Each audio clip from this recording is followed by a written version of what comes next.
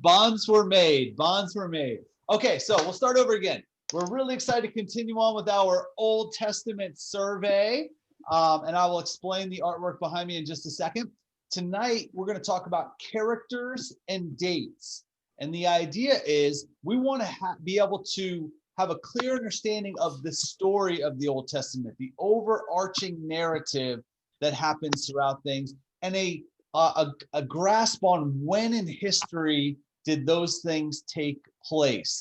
And so we're going to do an overview of the Old Testament, just talking about some of the highlight characters and when their story took place. Okay, so characters and dates. Tonight, our topic is Genesis to Joshua. All right.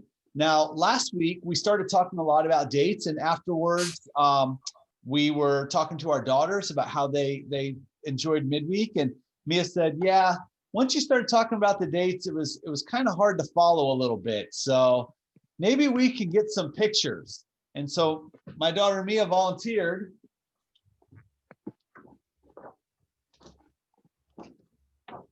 Dun, dun, dun, dun. Good job, Mia. And we have pictures. Can you hold it up? Can you hold it up to the screen once? I will. I'll hold it up for you guys. So let's. Can't see him. Oh, okay. How about now? Sorry, babe. Yep. Nice. I like it. You like that? So I'll hold it up for a second so you guys can take a look at it, and then we'll talk through them. Okay? So let's launch in. And the way we're going to do it is we're going to talk about characters. We're going to talk about dates. And about halfway through, because I know after a little while of hearing kind of the story and the dates, you can get a little bit mind-numbing. We're going to break up into small groups, and I'm going to assign each of you one of the characters that we've discussed. And the job of your breakout room will be to try and think of connections between that Bible character and Jesus. And you'll have 5 minutes to do that. Then we'll call everybody back in, and we'll ask each group to highlight some of the connections between that Old Testament character and Jesus, okay? And so we'll wind up doing that twice throughout the course of the night, all right? And I'll explain that again when we get to it. So here's our story. Look at this.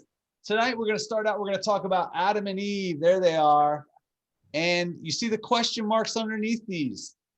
These two, Adam and Eve and Noah, they're called the prehistoric part of the Bible because we can't really date them. They're prehistory, okay? And then we're going to talk about our good friend Abraham. Oh, Abraham and Sarah. There you go. You got your 1950. I'm going to come on over to Isaac and Rebecca. It's hard to do this backwards. And they're over here, 1850, okay? Good deal. So let's start talking about the overarching story. Adam and Eve are the first two humans that are recorded in the Bible. God breathes the breath of life into them, creates Adam and Eve, and from them comes mankind. They were placed in the garden, and they were given the tree of the knowledge of good and evil and the tree of life. And they had the choice. If they ate from anything else in the garden besides the tree of the knowledge of good and evil, they were all good. But once they ate from the tree of the knowledge of good and evil, God put them outside of the garden. Their eyes were opened, and they could be like God. And so if they ate from the tree of life, so he puts them outside of the garden. And so this begins humanity outside of the garden. Immediately goes into Cain and Abel and other stories about how humans, them choosing to figure out the knowledge of good and evil on their own, immediately led to really bad stuff. Okay? Did you want to say anything about Eve? Nope. Okay. So that speeds on pretty quickly to Genesis chapter 6. And in Genesis chapter 6, in verse 5, it says, when the Lord saw that man's wickedness was widespread on the earth, and that every scheme in his mind and his mind thought of was nothing but evil all the time, the Lord regretted that he had made man on the earth, and he was grieved in his heart. Then the Lord said, I will wipe off from the face of the earth mankind, whom I have created, together with the animals, the creatures that crawl, the birds of the sky, for I regret that I made them. Noah, however, found favor in the sight of the Lord. And so here introduces Noah, Amidst God's grief that mankind, in pursuing this knowledge of good and evil and defining that on their own, destroyed society, destroyed the world, God decides, I have to clean this. But there's Noah, and he's a righteous man. I'm going to save him and his family. Noah's told to build an ark. He does so. The flood comes. The animals are on the ark. The flood comes, wipes everything out off the earth, and you restart with Noah and his family, which includes Shem, Ham, and Japheth, his 3 sons. Okay? After their story, we have the table of the nations. From those 3 sons, you see the nations populate the world at that time. And so that goes on through Genesis 11, when we have the Tower of Babel. And then immediately after that, we are introduced to Genesis. In Genesis chapter 12, our next main character, which is Abraham. Okay? Abraham happens around 1950. So this is where kind of recorded history begins, and we have some cultures that we can date from and those kind of things. So Abraham is called by God to leave his home and to come down to the promised land. Basically, God promises, I'm going to give you a son, I'm going to give you a land, I'm going to make you a great nation. And Abraham chooses to have put his faith in God to leave and come down. There's all kinds of stuff that happened in there, but he becomes the father of a nation through the promise that God gave him, that his wife Sarah would have a child. Now, did you want to say anything about Sarah at this point? So Sarah, just briefly, obviously it was a big step of faith for her to travel with Abraham to these various places that she had no idea where she was going. And Abraham, of course, did not handle some of that super well and handed off Sarah, passed her off as his sister in a couple of different instances. A lot of very interesting stories there. But Sarah goes on in the New Testament and is held up as an example for us as women of putting our hope in God and our trust in God and being submissive to our husbands. And she is definitely a matriarch of faith for us as women. Yeah, it's a cool thing to see families called, because, and the husband's called to obey by faith, the wife and the family are also. Yep. Well, they are promised a child. Eventually, they do have the promised son, and that is Isaac. Okay? Isaac is the child of promise, the child through whom the covenant was going to be made. There was a slight slip up in there, but ultimately Isaac is the son. Okay? Isaac wants to get married. Okay? And Isaac has, yes. So Isaac wants to get married. He wants to go north to find a wife. No, I'm got the wrong story. Basically, Isaac marries Rebecca. Yep. Got it. And they have twins. There we go. I got off course. Isaac marries Rebecca. They have twins. These twins, you see what a good job she did? This is Jacob and Esau. See there? Didn't she do a good job with them? Beautiful. Okay, now these two are important because in the Old Testament times, the firstborn son was the one who got the birthright. Jacob and Esau were twins. Esau was born first, and he technically should have gotten the birthright from his father, Isaac. But Jacob was, his name means to grasp at heels, or to deceive. And so they kind of work some trick. Now, there's some interesting things that go on in there. Esau was a bit of a wild man, okay? And he liked the women of the land. Did you want to share about this in talking about Rebecca?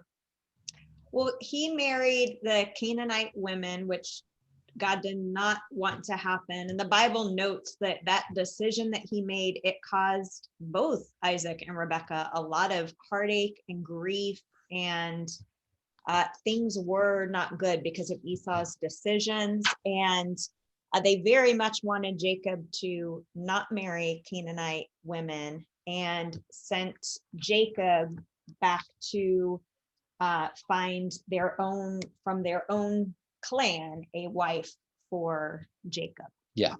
And so Esau's kind of wild and rebellious. Jacob does a bit more of what his parents want.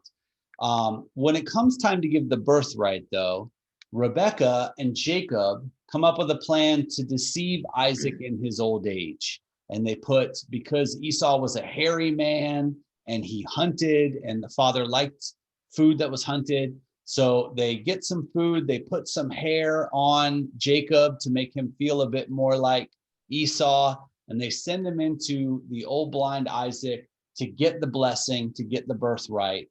And that is exactly what happens. And so Jacob actually steals the birthright from Esau, and yet he winds up being the one that's blessed, and from whom the lineage of the Israelites continues. Okay, so here's our characters for the first section. Got it?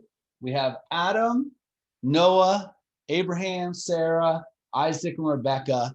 Prehistoric, 1950, 1850. Okay, so what we're going to do now is we're going to break up into small groups, and for 5 minutes just discuss some of the similarities between a character and Jesus. And I'll give you the character. How many rooms are there? There's 6 rooms. Is that what there is? Or 5? There are 6 rooms. Okay, can I borrow this in? We need to hold them. All right, so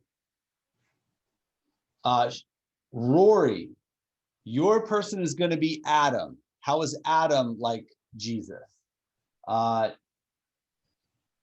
Nick, your room is going to be Noah. How is Noah like Jesus? Let's see, Catherine, your room is going to be how is Abraham like Jacob? Okay. Adam, your room is going to be how is Isaac like Jacob? And then Cody Clement, I'm going to give you a hard one, okay? Your room is going to be how does Eve tie in with Jacob? Oh, I'm sorry, with Jesus. With Jesus. Sorry, guys, with Jesus. Everything ties in with Jacob. And then Dawn, your room, you do Sarah. Try Sarah, okay? Sound good? Any questions? Okay. So great. All right, let's go. It's gonna be easy.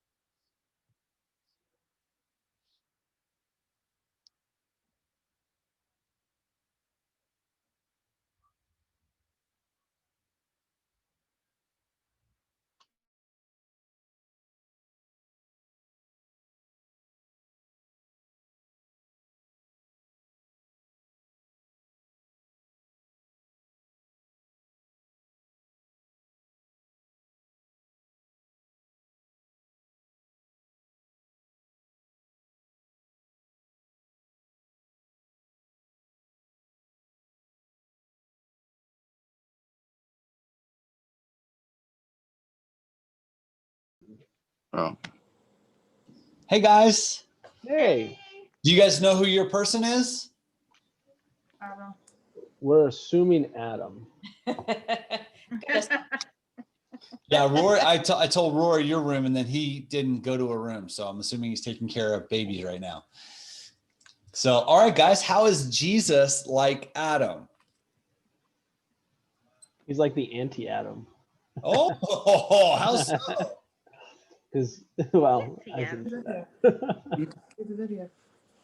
was going to say because Adam's terrible and Jesus is.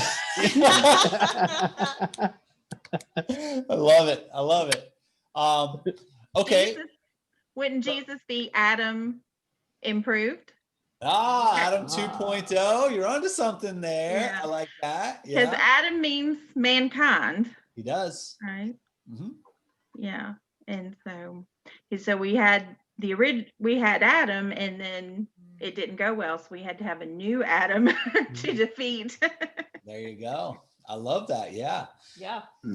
I was thinking how Jesus was actually what God intended Adam to be. Right. Like God created Adam, mankind, to in his image, you know, all the things that we know, and obviously failed like before they even, it's like they didn't even hardly start anything. But Jesus came and perfectly fulfilled exactly who we were supposed to be. I think that's a good one. The image, Jesus is the image of the invisible God, created in God's image. I think about the idea of being born of God. Adam was born of God, first man, and Jesus is born of God.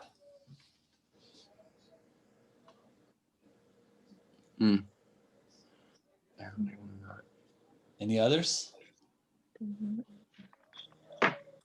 I got a good one for you. You ready? The Lassiters. Do you guys have any Lassiters? I don't know. You got one? No, I like all of those. I like the Adam 2.0. No. What one cool one is Adam messed up royally on a tree. Yeah. Jesus fixed everything. Yes. Look at that, Rich. I'll go just one more. Adam what? Adam messed up royally in a garden.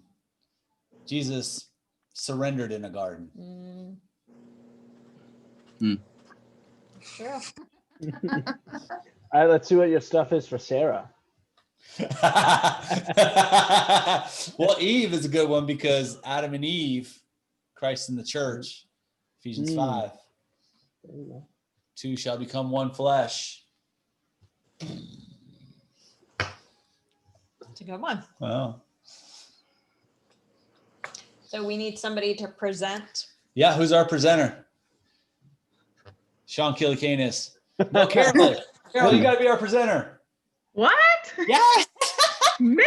Yes. Come on, Carol. Do you have any? Do you want to write them down? All right, so we have the image, Yep. born of God, Yep. the new Adam, You, Adam. the tree, Yep. and the garden. Love that. That's awesome. What was there another one I missed? Because I feel like there was one more. I think the new Adam, that's the one that we were kind of both talking about, like what God intended Okay. us to be, and then we failed, but Jesus didn't. The image, all it goes with both of those. Yeah. It's good. Yeah, because Yeah. Adam was the representative of the whole human race, but it had destructive consequences. And then it showed how Jesus can save, because he's the new Adam, and then he has saving consequences. Yeah. Okay. So was That's that good. some? Okay. I love it. Our room is ready. Yeah. Man, we're gonna blow the doors off this assignment. We did have an easy one though. It's a good thing we didn't get Sarah. It probably actually has been 5 minutes. All right, we're because gonna close out rooms here. It took us a minute or so to figure out.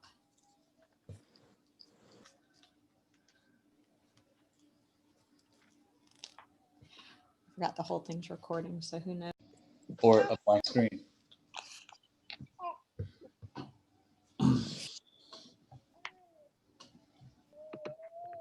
Hey. Hey. Your room was fast, huh? Yeah. Nailed it down. Look at, I love this. Dustin is taking us into a water turn on with him. We're in the ground. We're getting dirty. I like it. Wow. Repair this. There's an issue here that I'm trying to diagnose. I'm multitasking. You're a good man. I like it. I'm not gonna put you in my pocket. I'm not gonna put you in my pocket. I'm just gonna stop video. I love you guys. I'm here in spirit. Time, though, I want you to teach the class while you hook up water. That would be a stretch. Really multitasking. You said it was going to be hard. It was easy. Was it? Oh, I can't wait. Are you guys Sarah? Does everybody? Sean, don't lie. Don't lie. Also, Sean, you're going to speak. Sean, Called out. speak for us. All right. So group number one, Adam. He may be exaggerating, but he's not lying. There we go. All right, so our Thank you, presenter John. in room number 1 is Carol. So Carol, would you please present how Jesus is like Adam? All right, so Jesus is Adam 2.0 is what we came up with. That's cool. Because Adam is representative of the whole human race, and he had destructive consequences. It actually shows how Jesus can save, because he's Adam, again, one man that has saving consequences. And then there was a tree of life in the garden, and Jesus was crucified on the tree. And then the garden, where they were obviously in a garden, Adam was, and Jesus surrendered in a garden. They were both born of God and in the image of God. All right, great Awesome. job. Well done. Thank you so much, Carol. All right, room number 2. Who's got Noah? They left it to me. Come on, Cody. So Noah was pretty easy. So Jesus is a direct descendant of Noah. We all are, which is pretty cool. So there's that. And then there's the ones such as they were both woodworkers. Noah built boats. Jesus built other things with wood, tables, whatever. They both introduced a new promise. So the rainbow being from kind of Noah's Ark, the flood, and then Jesus, the new covenant. And then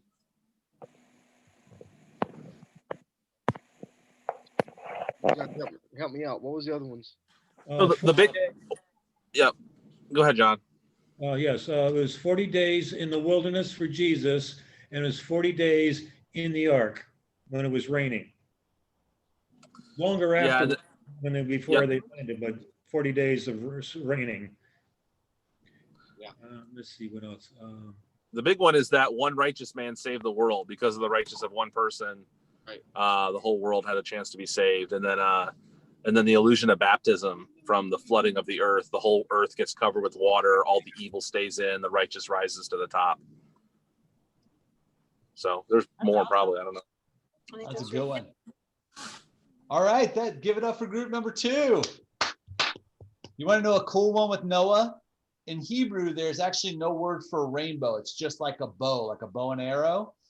And in the flood, God's judgment pointed towards the earth. But in the bow, God's judgment now points towards heaven, to where next time the judgment will go towards God in Jesus. Wow. All right. Who's our next one? Who's got Abraham?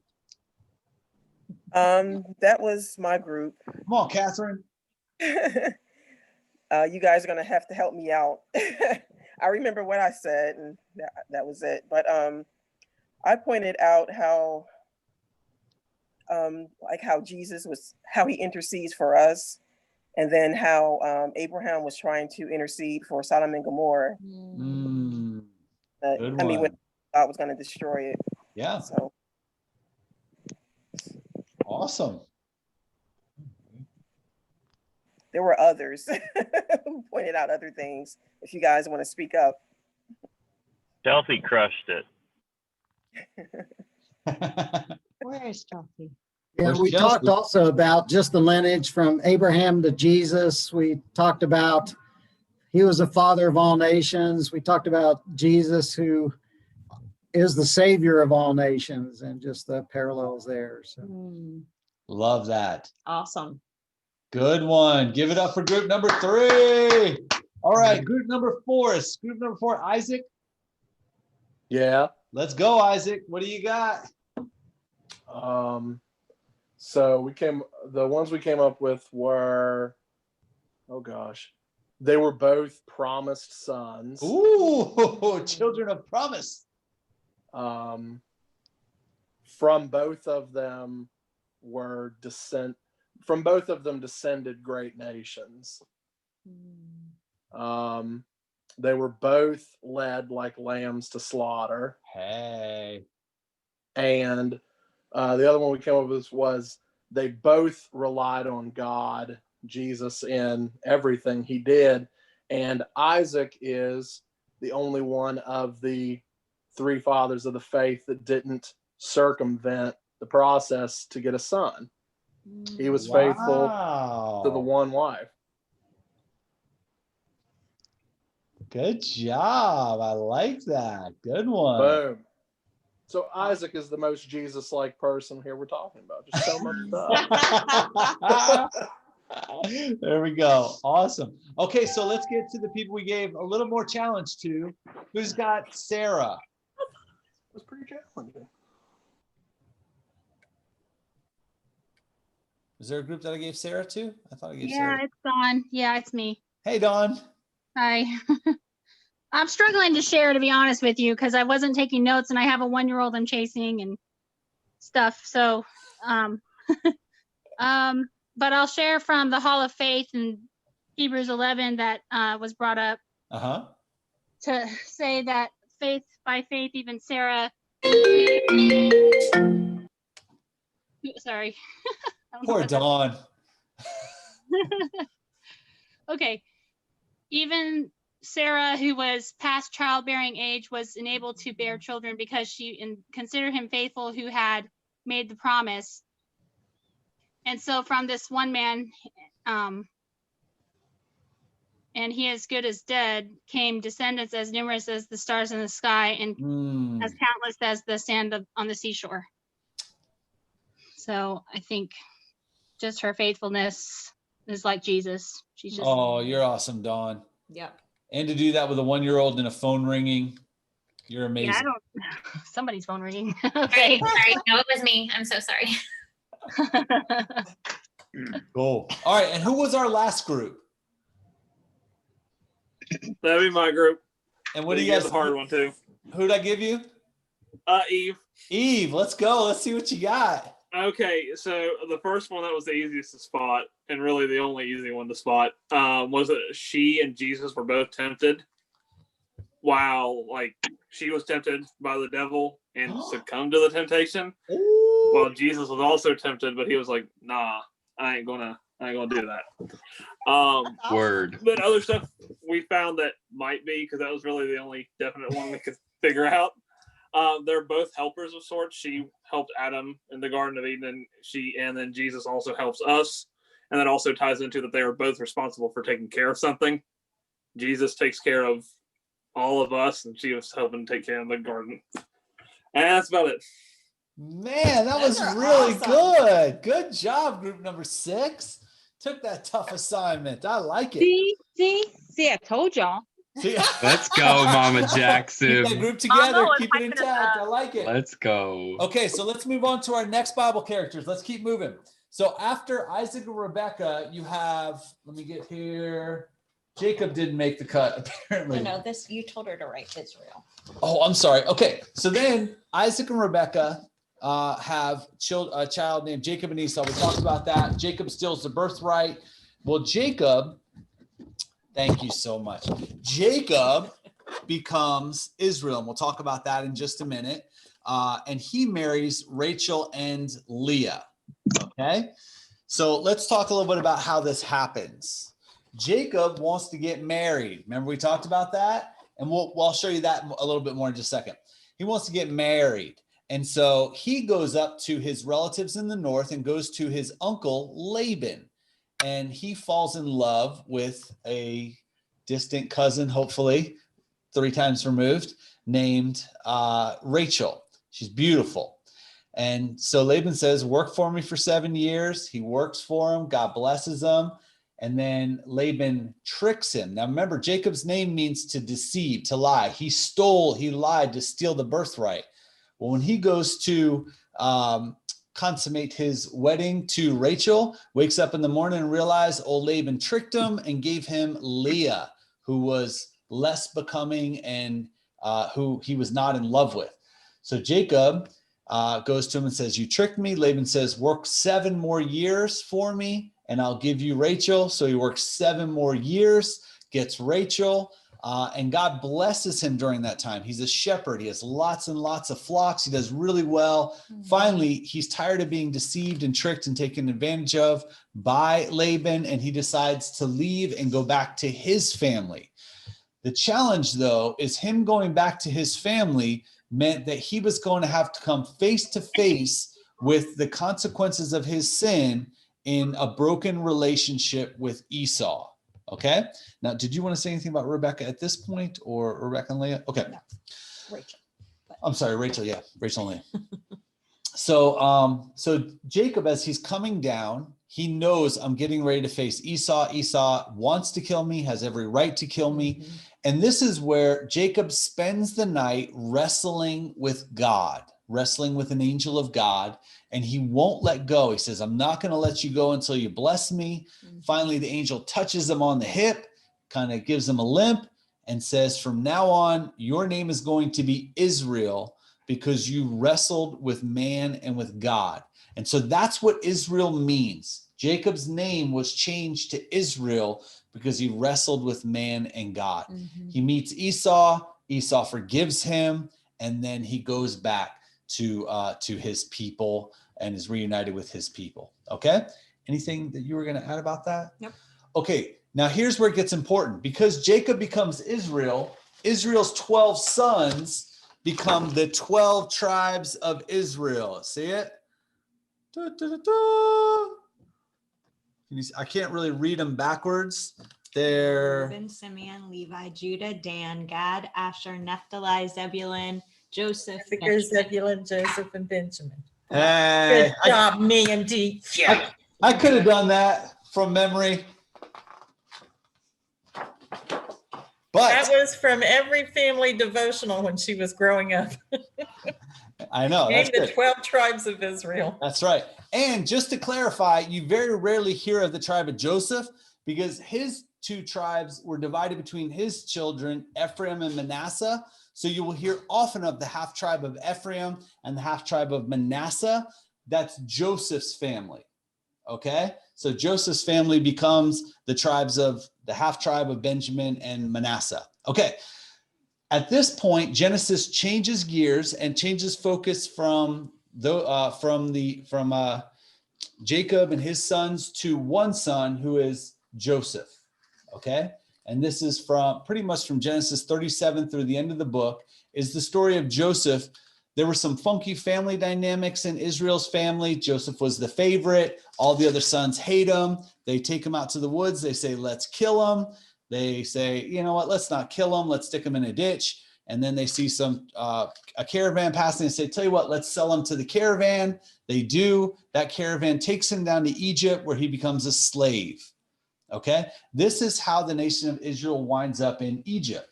Joseph serves there. He can interpret dreams. He winds up being put in prison, wrongfully accused, all this kind of stuff, interpreting dreams. And through that, he rises up to become second in command in the nation of Egypt during a time of famine, in which he, through interpreting Pharaoh's dreams, is able to set Egypt up to have a surplus of grain. Israel, in order to survive, has to go down to Egypt to get food because there's a famine going on. In that process, there's reconciliation, a long drawn out reconciliation between Joseph and his 11 brothers who sold him into slavery. And then, so that whole story goes on. There's reconciliation that happens. And ultimately, Israel himself comes down to Egypt.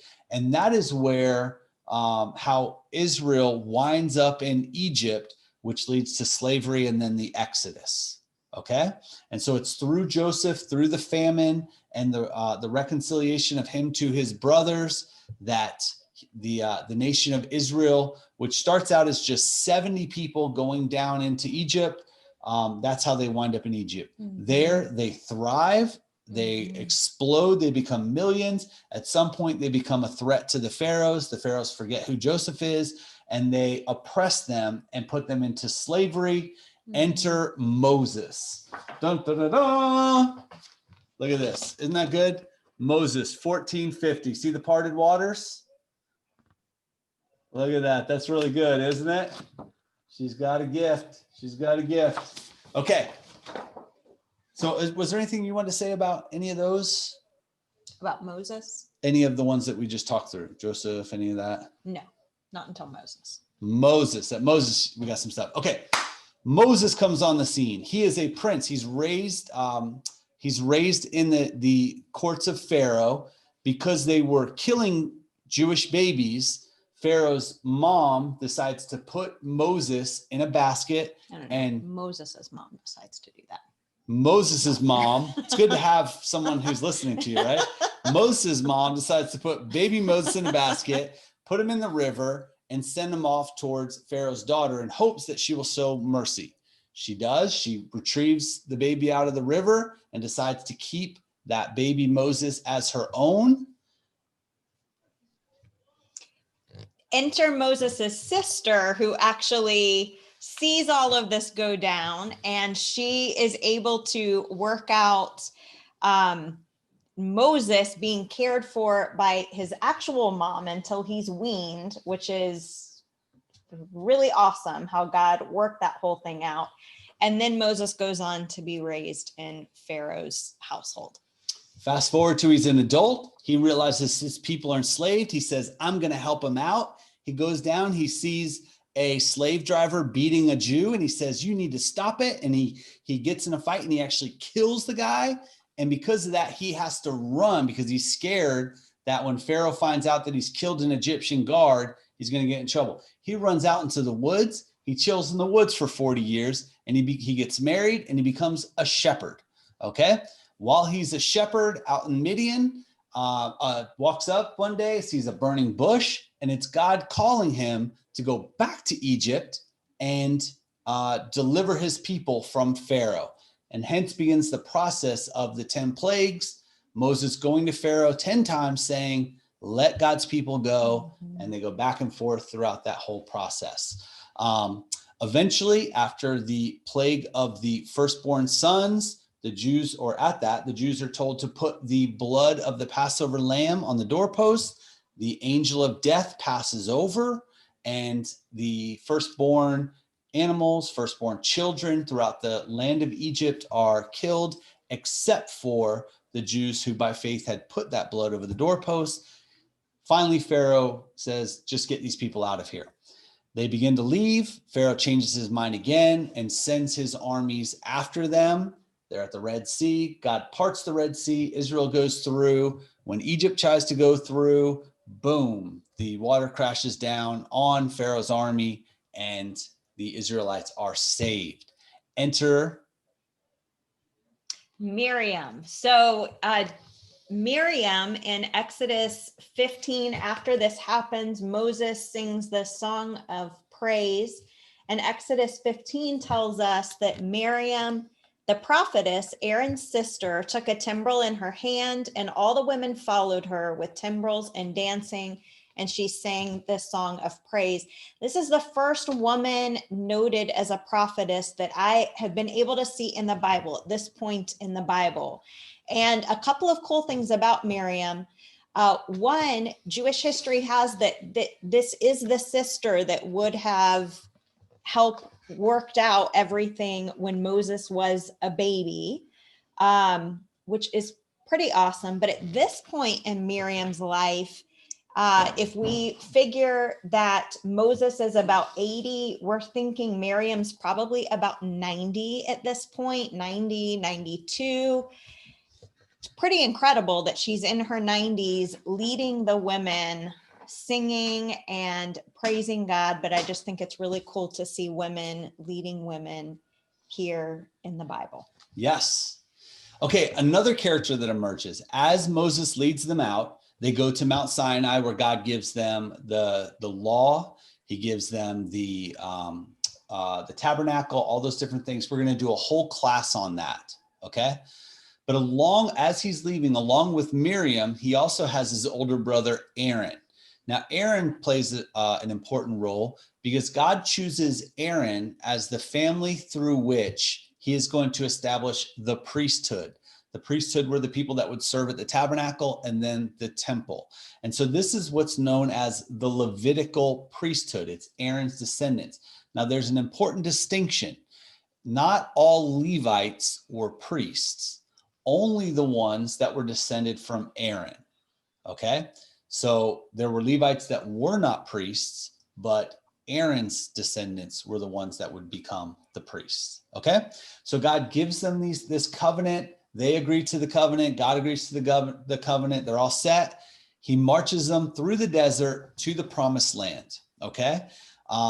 They get to the promised land. God says, go take it. It's all yours. They say, no way. The people are too big. We can't do it. And they rebel. Okay. At this point, God marches them in the desert for 40 more years, for one generation, to wipe out all those who rebelled. Okay. They come back, and this is all the people that were either under 20 years old or they were born in the desert. So this is the next generation that gets a chance to enter the promised land.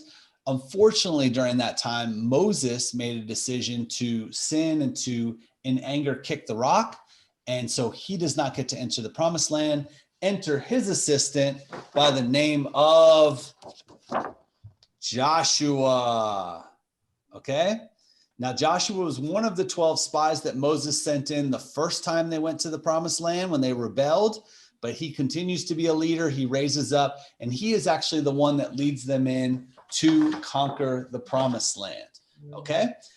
So they go in. This is God parts the Jordan River. They go in, they enter at Jericho, they take Jericho, and then go from there, and they take the promised lands by conquest. And then the last thing is Joshua distributing the promised land to each tribe in Israel. So each tribe got a patch of land, if you would, a state. So there was the tribe of Dan, and they had their area. The tribe of Naphtali, they had their area. The only ones who did not get land were the priests. The Levitical priesthood did not get land. Okay. They were God's inheritance. Their inheritance was God. God took care of them, gave them places to live and food, but they did not get a land inheritance. And so that brings us through the conquest as far as the overarching history and the main characters and the dates of the first part of the Old Testament. Sound good? Are there any questions about that? We covered a little bit of history tonight.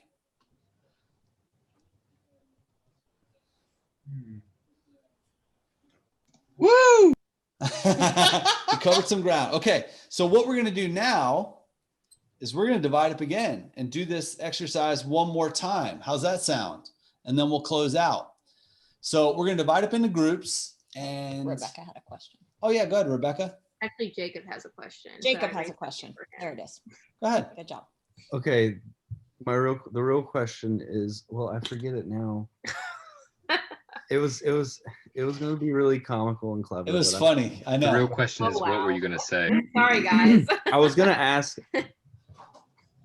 Is like.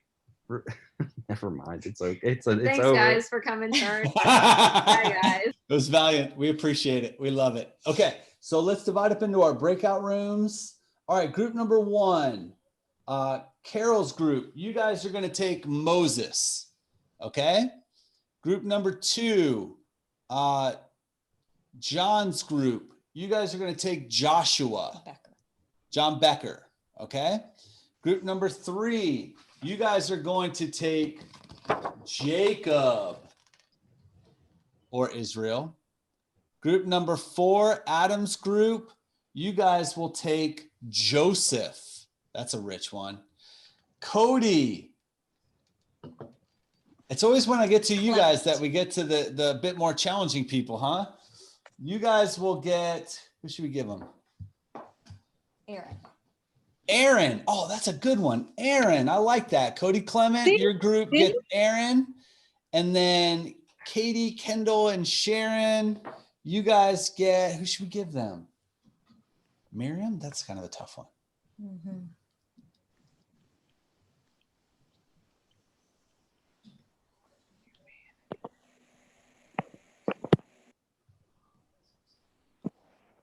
Oh, do you guys want to do Rachel and Leah? And There's some smart people in that group. Give that a whirl. You guys are smart, so you guys get Rachel and Leah. Okay, ready? Go. Oh, I agree with the sign.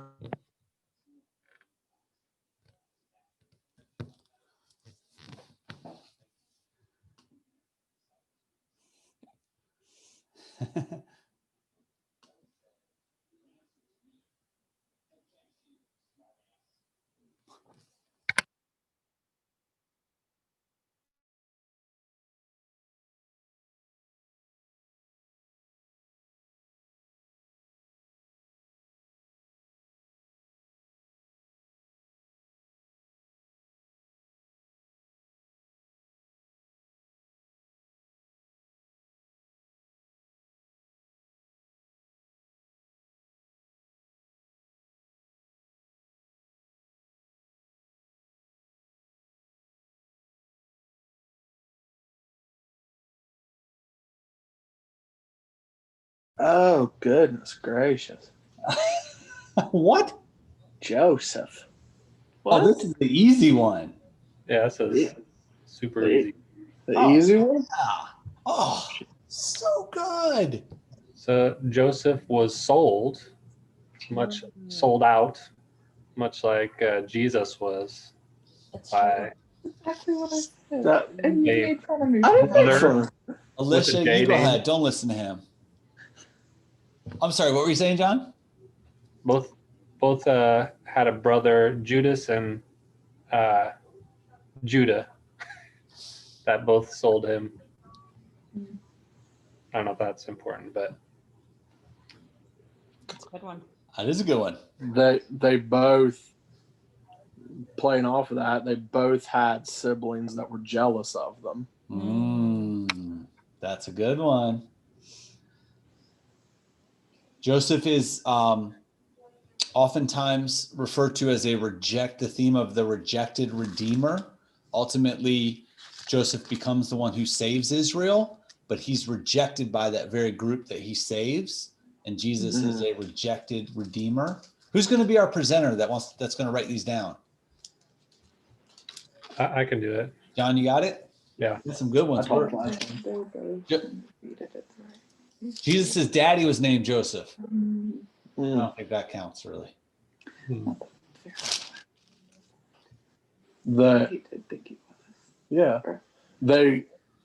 They're both, well, Joseph in life and Jesus now were seated at the right hand of the ruler.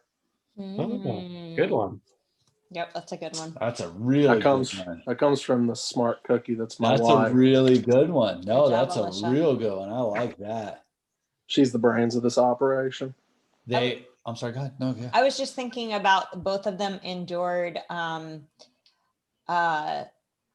just like suffering from people. Like there was a lot of, for both of them, they were like very loved and also super hated at Unjust the same suffering.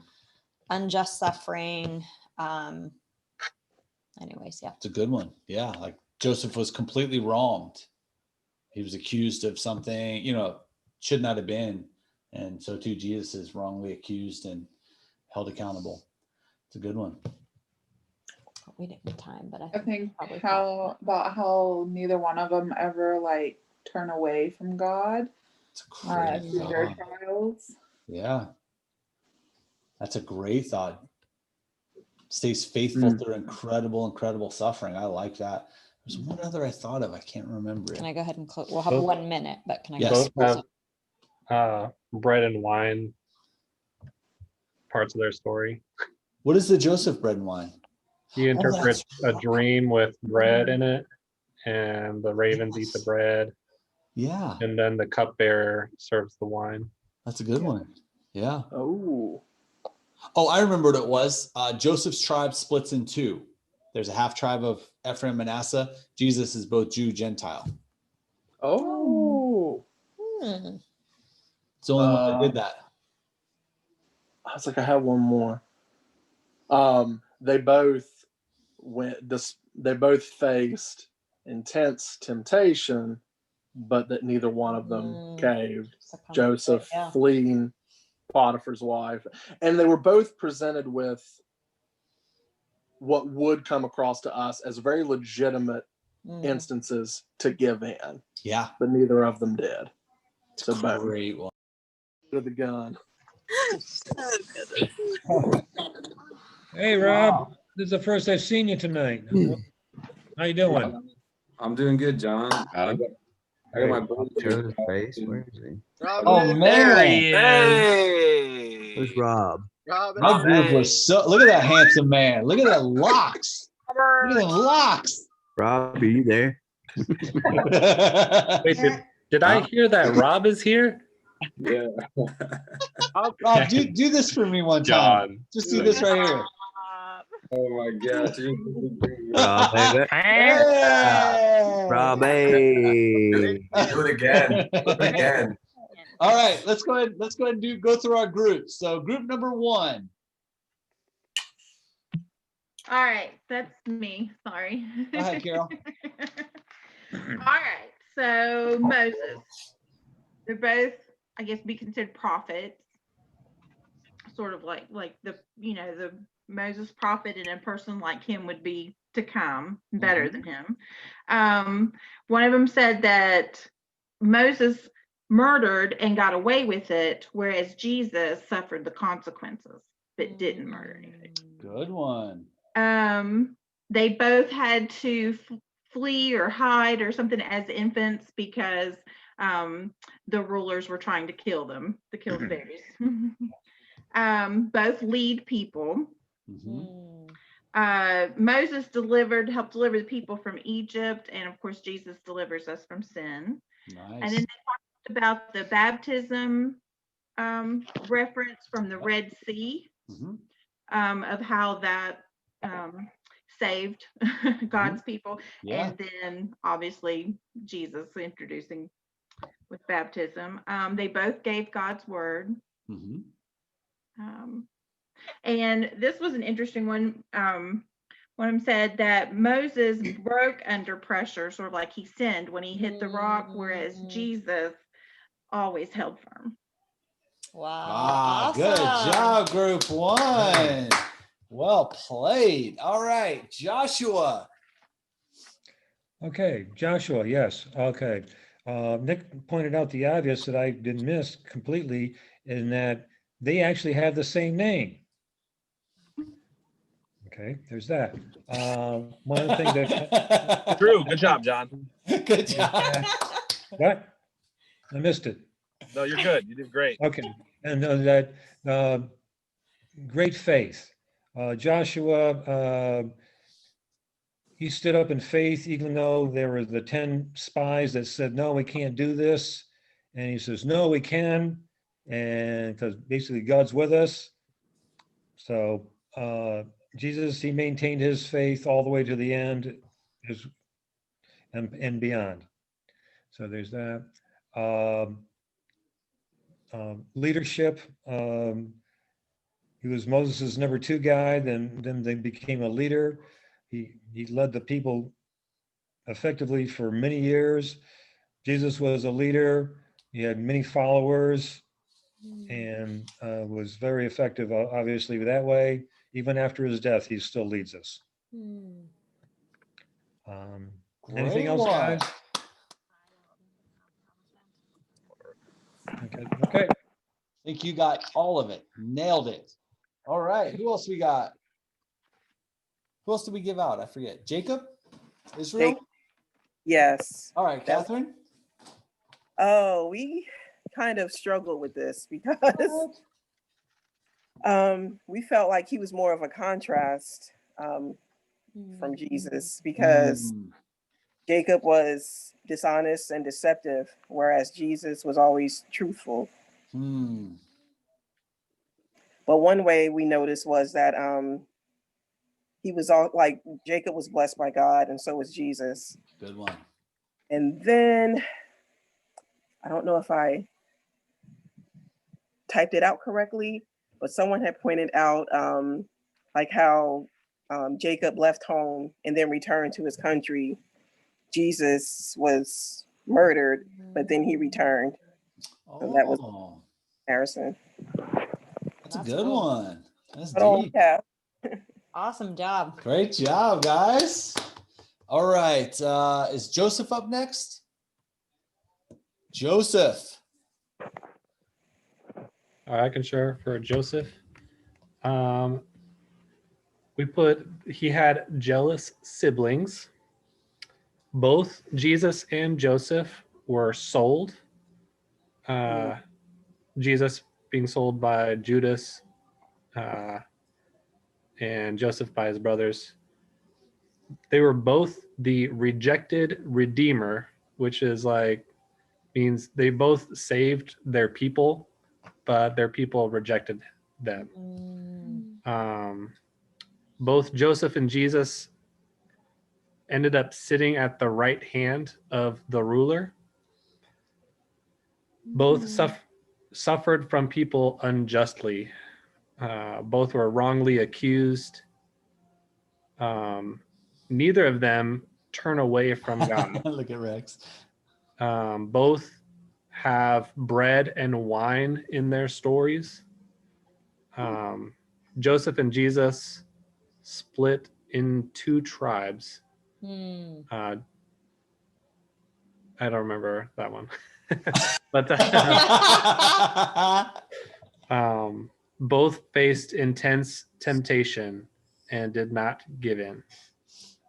Great job. Awesome. Good job, John. All right. And our Rachel Leah group. Oh, Rex is adorable. Look at him go, man. Dawn has nominated me to share for our group because she is changing a diaper. So prayerfully, my children will stay away. So we had Rachel and Leah. And again, I feel like, both these women were in some ways victims, in some ways real pieces of work, and stand for, in contrast to Jesus and kind of all that he stands for and represents, just in their inability to kind of get past their own sin and issues, and they never reconcile this side of heaven, sadly. And obviously Jesus is the ultimate reconciler of all. But we did talk about how Leah obviously is the mom of Judah, and Jesus came from the line of Judah. But Judah was her 4th son, and kind of these women, when they named their sons, these names were steeped in meaning for them. And Leah was the unloved wife, and viewed her sons as gifts from God at first, I think, to get attention from her husband. But finally, when she has this 4th son, Judah, she just names him that, I think because it sounds like praise, because she says, "This time I will praise the Lord." And so it does. She didn't stay in that place of surrender and faith, but she at least reached it at one point in her life. And the only other similarity I can think of is just that in Jacob's story, when he meets Rachel at the well, it's kind of a key moment in their lives.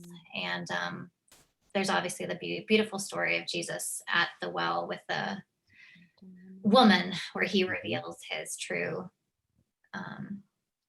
identity. So, and I guess just the fact that God can work through human failings to bring about great good. Absolutely. And he worked through all this family drama in the Jacob, Rachel, Leah, to still carry forth that seed of hope that ultimately came to fruition in Jesus centuries later. Great job, guys. That was awesome. That was a tough card. Yes. That's a lot of baby mama drama. Yes. All right. There was one more group. Aaron's group. Aaron was the subject. Aaron isn't the leader of this group. Oh, Aaron. Sorry, Aaron is the. Come on. So it was tough for us. The only one that we really came up with as a definitive was from Ruby. What Ruby said, "Oh my I'm drawing a blank now. I was prepared. All right. So what we said was, and I really liked what she said, was in a way Aaron spoke for Moses. I guess he had trouble speaking or something, but similarly, Jesus speaks for us, in heaven. So I really like that point, and that's what we had. Boom. That was good. That was good. Oh, I love it. Great job, guys. Well, this has been super fun. It's been cool to kind of talk through these stories and try and get a better overview of the stories, and then to take time finding significance, the significance of seeing Jesus